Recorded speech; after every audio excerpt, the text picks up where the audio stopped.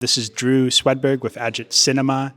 Today is Friday, April 10th, 2026, and we are here today to show Yance Ford's power and to think critically about the power and presence of policing in our communities. As always, I just want to start with gratitude. Thank you to the Cathedral Church of the Nativity for welcoming us and for creating this brave home for political cinema in the Lehigh Valley. Thank you to our co-sponsors who continue to do essential work on the ground across our region on some of the most critical and urgent issues at home and globally. That includes LV Stands Up, Lehigh Valley DSA, Queer and Trans Lehigh Valley, MyLV, LV Food Not Bombs, Solidarity TV, and Basement Poetry. This all-star collaboration came together because of our intersecting frameworks when it comes to questioning the power of the police, which you will see tonight in the Syrian and insurgent film. This is our second screening as AgitCinema, a new local microcinema that Nandini and I founded. Our microcinema is committed to community gatherings that are rooted in spatial disruptions, fugitive forms, and revolutionary traditions. Through solidarity-driven programming, relational political education, and artist-led workshops, we are building alongside movements across the Lehigh Valley. And if you want revolutionary films to be an arm of your organizing work, please come talk to us after the screening. As for the screening you're seeing tonight, it currently is available for community programming as a part of Netflix's educational platform, and we encourage you, if it moves you, to take this back to your community. You can show this for free, and if you need help facilitating that, please come and talk to us. Finally, it's becoming increasingly clear how perilous the times are as we gather here tonight. The murder of our neighbors in our streets by unleashed federal agents, the torture, disappearance, and killing of immigrants in detention centers expanding across the United States, the US and Israel massacring people in Palestine, Lebanon, Iran, and across the global south, as well as the often obscured fact that police have killed more people in the United States each year since 2020. Just this year, Mapping Police Violence reports that 291 people have been killed by police, with only 3 days on our calendar where police have not murdered one of our neighbors. Returning to this film, I was struck by Yance Ford's decision to put the detonation of the nuclear bomb side by side with his analysis of policing in the film's opening sequence. By the end of the film, I think his decision will be inescapable if it is not already in the times we're living, times that require discipline, solidarity, and a razor-sharp analysis of our past and present. Hi, folks. Thank you all for being here. My name is Nandini. So what would a world look like without carceral control? What does abolition look like? Before we can practice those answers, Yance Ford, the director of Power, the film we're about to watch, gives us a piercing look at the history of policing in the United States. Yance Ford's first film, Strong Island, was also preoccupied with the question of police, but in a much more personal way, because policing touches everything. Our schools, our colleges, our families, and our communities in violent ways.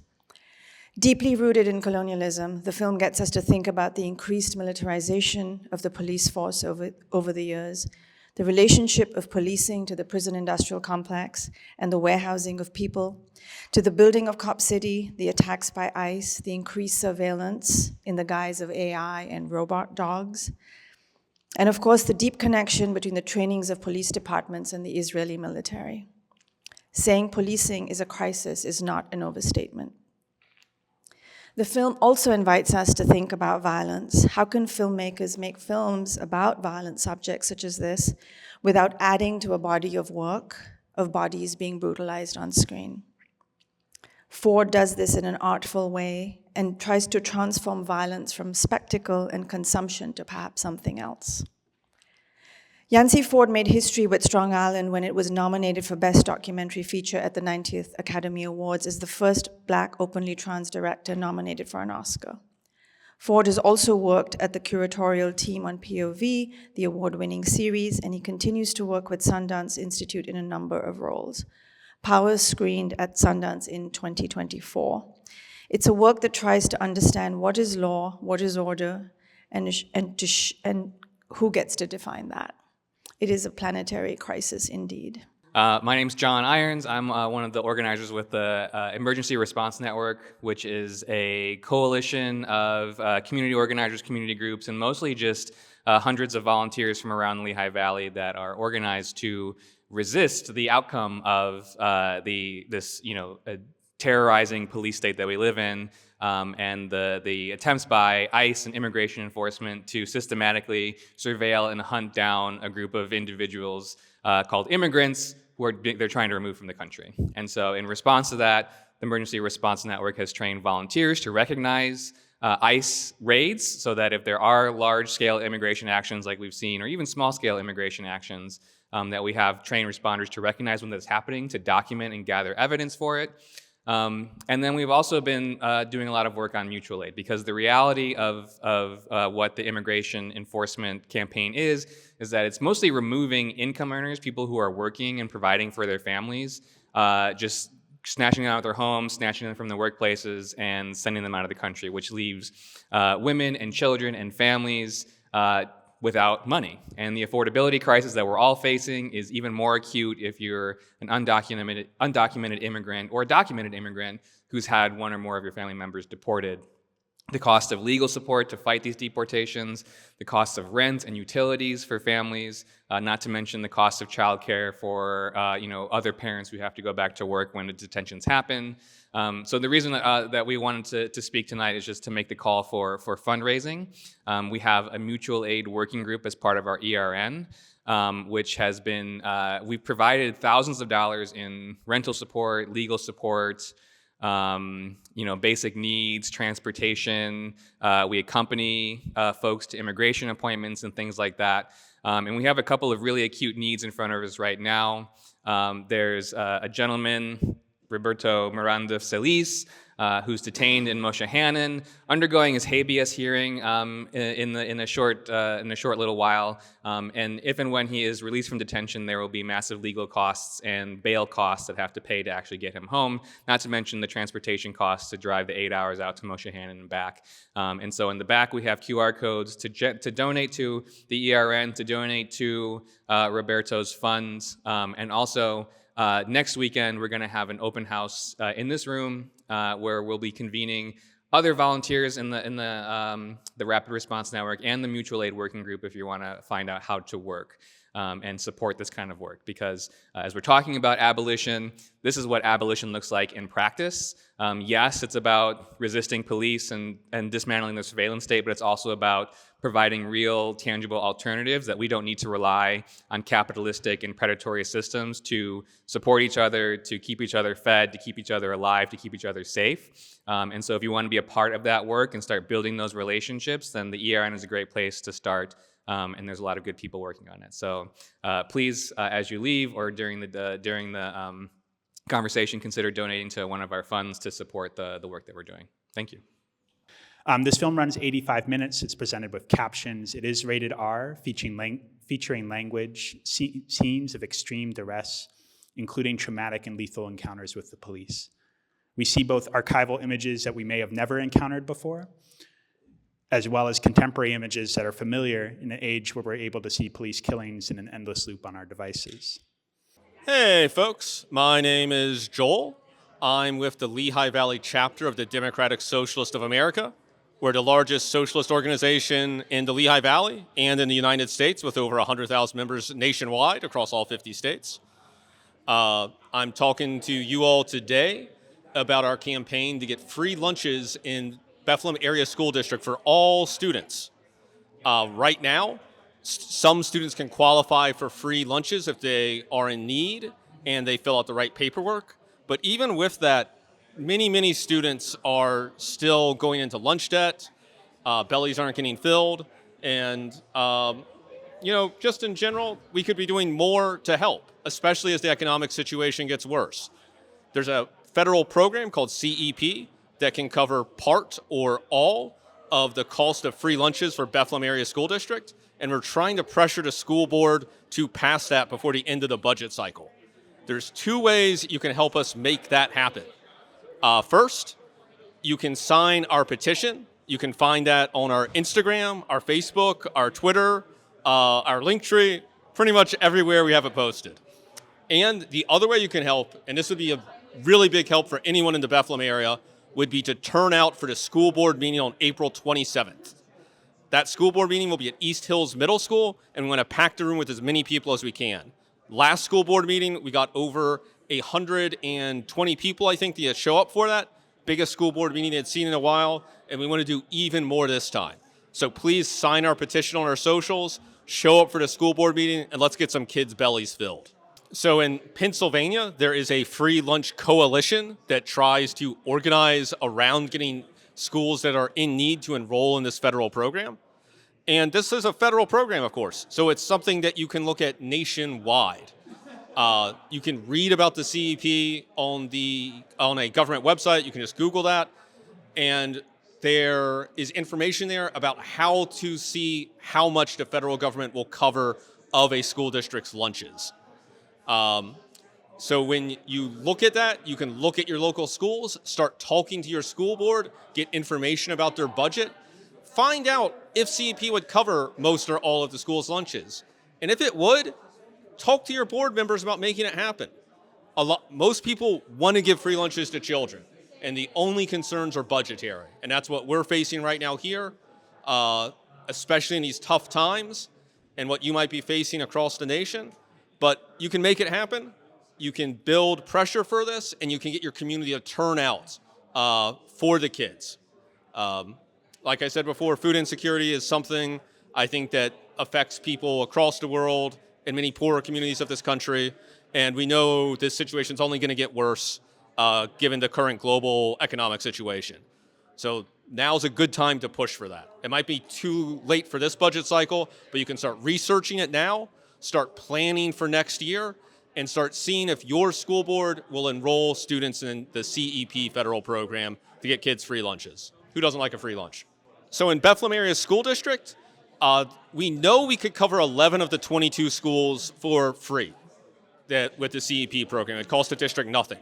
But to get all 22 schools enrolled, it would cost a little bit of money to the district, about $500,000 a year, which comes out to about $10 per taxed property in Bethlehem per year, which is a very feasible number.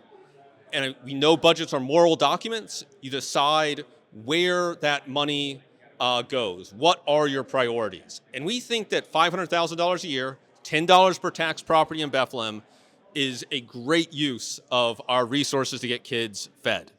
And we're sure schools across the country will get pushback for similar reasons, that they are worried that that tax increase or that money coming from somewhere else won't be popular, but people want to have kids fed. Or even pushing to only have the 11 of 22 schools in BASD enrolled, we've received pushback on, because the school board will say, well, some students in the schools not getting the free lunches might be upset, or their parents might be upset. And I can see that, but that's already the case in Bethlehem, right? Bethlehem has free lunches. Other schools, or Bethlehem doesn't have free lunches. Other schools around the area do. Allentown has free lunches. Easton has free lunches. Whitehall has free lunches. So this is something that is already occurring. We already have these divisions in our community, and we want to try to overcome them. My name is Bernardo Torres. I volunteer with the ERN. The ERN is an emergency response network that works to protect the immigrant community in the Lehigh Valley. We're here to sometimes even fundraise some of the people we're protecting. This is one of the names of the people who are right now we're working with, and that's what we do. In this case, this person has been in detainment for months, and the communication has been very scarce, and basically he's been out of communication with his family. We're trying to help as much as we can and working through the system, since this is the reality of cases like him. With him being in detainment, basically the family is taken out of having an income. So the wife is struggling to pay all the things that need to be paid monthly. So the mutual aid is actually coming in to help a little bit to aid the family. This is one of the cases that basically gets worked through our organization, and mutual aid is in many cases able to help completely with the expenses as well as food and any kind of a service that they may require. One of the realities that we see is that families, immigrant families in the community, live through fear. And the fear is reflected in many ways. They don't come out of their houses, they don't want to go out and buy food, they're scared to go to work, they're scared to send their kids to school. And all of this is basically the victimization of a community that is hardworking. In many cases, if not all, they pay taxes, never to receive anything back from what they contribute. This is the reality in the Lehigh Valley, and is the reality in many cities and many states in the United States. I encourage you to help our organization or organizations that help our community in general, but specifically our immigrant communities that are in such need. This is what I conceive to be American, somebody who really shows stewardship and helps the neighbor. Hi, my name is Gabby. I use she, they pronouns. I'm here at the power screening to talk about the relationship between police abolition and queer trans Lehigh Valley mutual aid work and the emergency response network.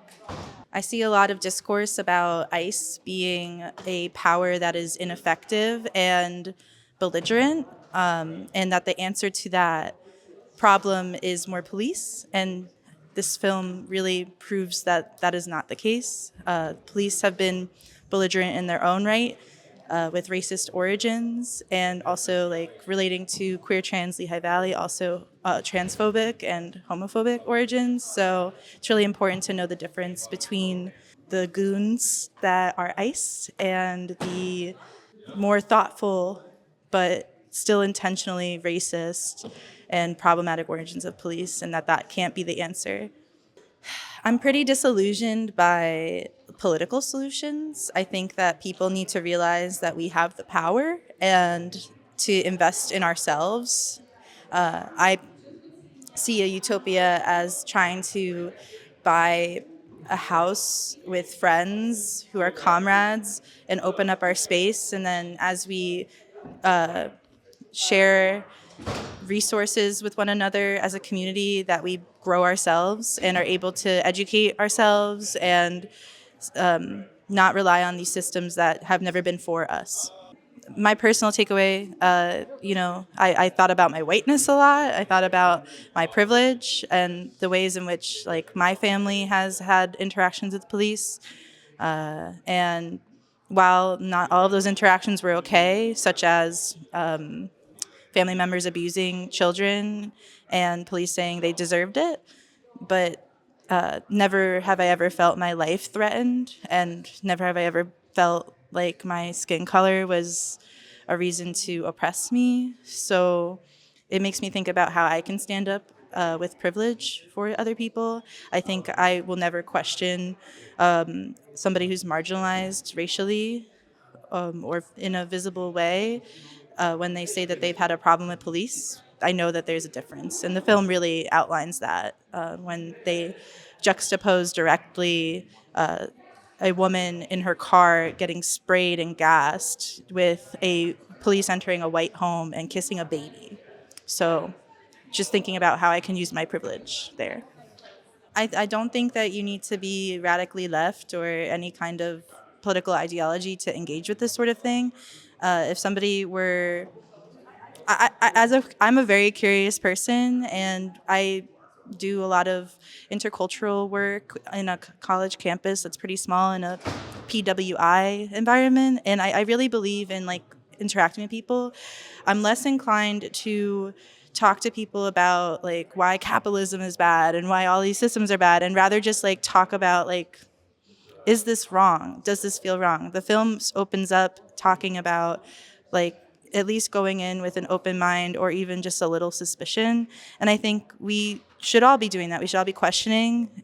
We should all not just accept the truths that are being told to us as facts. We should take a deeper look into it and believe people when they tell you things. In a world where there's a lot of messing with the truth, like with AI and other things, it's really important to just believe real life people and their experiences, and you don't need to like fall into any kind of political ideology to at least ask a question. I don't have an ideology. I am probably leftist, but I don't really want to be grouped in with anybody because then it removes nuance. More nuance. I'm not trying to. I don't think if I were to recommend this kind of film, it would be because I'm trying to get somebody to be on the same side as me. I think we just need to all consider like when oppression is happening and how we can stop it, rather than debate about the systems. We can debate about the systems once we're not killing each other anymore. Maybe get involved in some way. Right now is not the time to disconnect and numb out. Now is the time to do something. I know it's hard when we all work a lot during the day and we're asked and asked and asked of us and never given the resources, and everything's more expensive. But if we all just did one little thing, or maybe one medium-sized thing a week, I'll say that, like do something this week, do something every week. The ERN is a really great opportunity to get involved. It's perfectly legal. It's just making sure that we're showing up for our neighbors. I'm not going to say it's not without risk. We all see the news of what's happening with ICE, but there are ways to be trained on de-escalation and how to like at least be informed so that if something does happen, like there is some justice around it. So I would definitely get involved with the Emergency Response Network. My name is Owen Levan-Euler. I'm a senior at Moravian University, and I am with I'm with a bunch of different orgs, but right now I'm with the Moravian University Anti-War Coalition, and we're working on just getting some more students engaged in the active protest and activism as a whole, and also working on demanding divestment from the U.S. military-industrial complex, Israel, and fossil fuel companies from Moravian University's investments. Honestly, the thing I couldn't stop thinking about during the film was how much I need to show my parents this movie. Because my parents, especially my father, are liberals in every sense of the word. And so they are... The one sentiment that was expressed in the film is that many people, when they are asked about over-policing and whether they want to decrease police presence or abolish police presence in their communities, they actually say that they want more police, but that the way that policing is being engaged in is the problem. That was sort of like an oversimplification of what's in the film. But I was just thinking of that and how, like, I've had similar conversations with people in my community, my parents included, of aren't these surveillance technologies here to keep us safe? Aren't the police here to keep us safe? And just because these things exist and they are present doesn't mean that their presence is beneficial or good. So that's honestly what I was thinking about throughout the film, was just like, who do I want to show this to? Who do I want to who do I know needs to see this message? A message to students in general is to use your time while you're in school to organize and to be active. It is a time in your life that you don't really get again.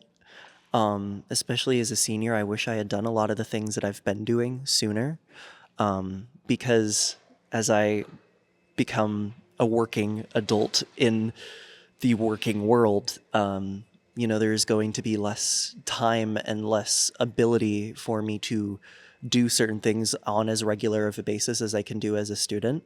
And so I think as students, we have a lot of power to really use our voices in many different ways to show our communities more broadly that change is possible, or that just conversations should be had in general. Like, for example, with my organization, as we're calling for divestment, we are calling for divestment because it's the right thing to do, but also because we want to normalize the act of protesting on our campus, because our campus is very, very status quo, very much so, students keep their heads down and just do what they're there to do. But education, being in college is not just an educational experience in the sense of academia. It is a resocialization experience. It is where you get to form your identity. And I think when people don't use that time to explore their politics and their activities politically and socially, it really weakens them as people. It primes you for a life of complacency that is hard to overcome as you get older. If you are interested, you can look up Power by Yance Ford and find it where it's streaming and bring it to your communities. This is a really urgent and necessary film for us to be talking about and thinking about how this applies to our local communities.